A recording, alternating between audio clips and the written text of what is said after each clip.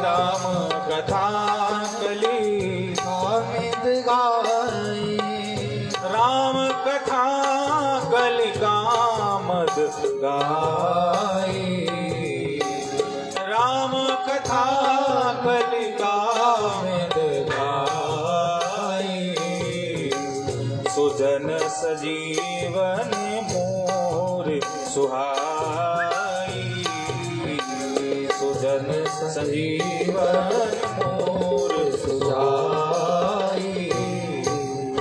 या कल्प वृक्ष कहिए या विश्वास कर लीजिए, श्री राम जी की कथा में बैठकर श्रवण करके पूर्ण निष्ठा के साथ इनसे जो मांगा जाता है वह प्राप्त होता है। ये कामधेनु है। कामधेनु और कल्प वृक्ष कैसे कामनाओं को पूर्ण करते हैं, एक उदाहरण से आप जानिए।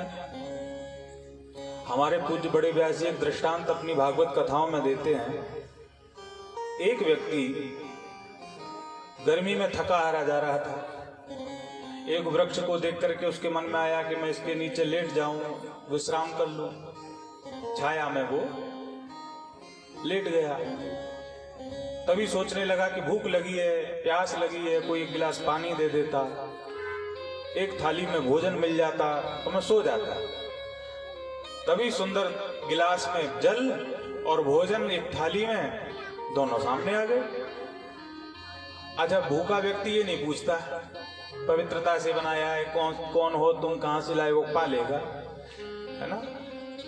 जब भी तो श्रीमद् भागवत में एक श्लोक आया ना, पिबत भागवतम रसमालयम मुहुरहो रसिका भोग भावुका।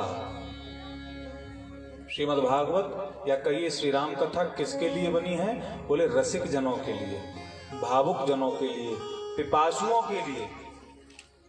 अनायास ही रास्ते में कोई जा रहा हो, जबकि अभी सर्दी है, अनायास ही कोई जा रहा हो, गर्मी में जा रहा हो, और अचानक से आप बढ़िया ठंडा जल एक गिलास में ले जाकर कहो भाई साहब पानी पी लो, वो 10 बार तो देखेगा, पता नहीं क्या मिला के लाए होंगे, हैं? और उसको लगेगा ना मत जाने मेरे कौन शत्रु ने भेजा हो। और फिर जात धर्म और क्या क्या पूछ बैठे। और फिर ये भी पूछेगा हाथ धो के लाए थे, गिलास को पहले धोया था, पानी टंकी से भरा था, मटके से भरा था, फ्रिज का है, कैसा है, तमाम सवाल कर देगा, क्योंकि उसको प्यास नहीं लगी। और कोई प्यासा हो और इतना प्यासा हो कि अधीर हो रहा हो, और आपके हाथ में पानी देखे और कहे भाई साहब पानी पिलाओगे, वो कहे कि बोतल से हमने मुंह लगा दिया था, कहे कोई बात नहीं हम तो पी लेंगे, क्योंकि उसको उस समय आवश्यकता है। तो पूछा कुछ नहीं, देखा कुछ नहीं, भोजन पा लिया, जल को पी लिया, और उसके बाद में अच्छा ये व्यक्ति की मनोवृत्ति है, एक कामना पूरी हुई नहीं कि दूसरी कामना जन्म ले लेती है।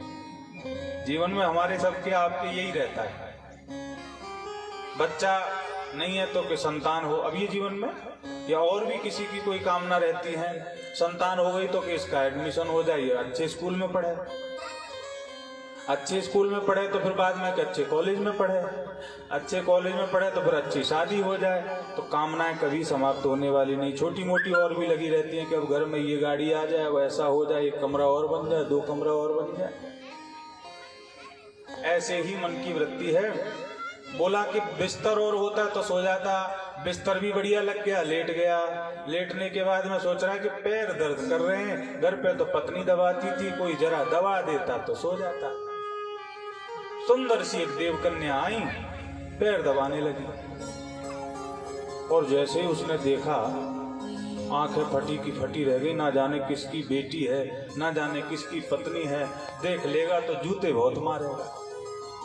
कामना जूताओं की, संकल्प ऐसा कुछ हुआ, पड़ा पड़ पेड़ से जूता टपकने लगे। अच्छा, मनोकामनाएं श्री राम कथा से, कल्प वृक्ष से, श्रीमद् भागवत से इसी प्रकार पूर्ण होती हैं।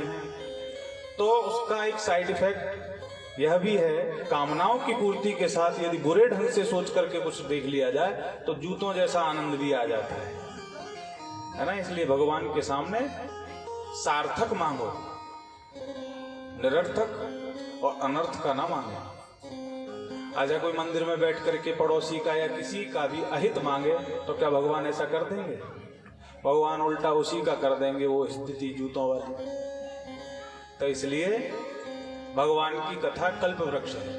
राम कथा कली आमिद गाई, राम कथा कली कामद गाई, राम कथा कली कामद गाई, सुजन सजीवन मोर सुहाई, सुजन सजीवन मोर सुहाई।